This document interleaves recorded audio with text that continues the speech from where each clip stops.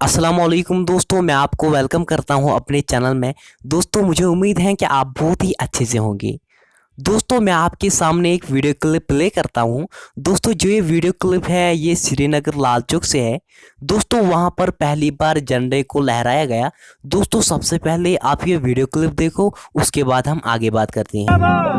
कश्मीर हमारा जिंदाबाद, कश्मीर हमारा जिंदाबाद, जिंदाबाद, कश्मीर हमारा जिंदाबाद, कश्मीर हमारा जिंदाबाद, कश्मीर हमारा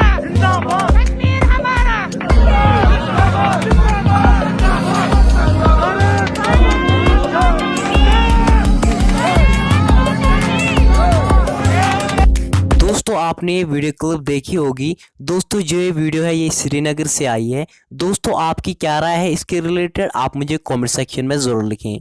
मिलते हैं किसी नए वीडियो में, तब तक के लिए अल्लाह हाफिज़।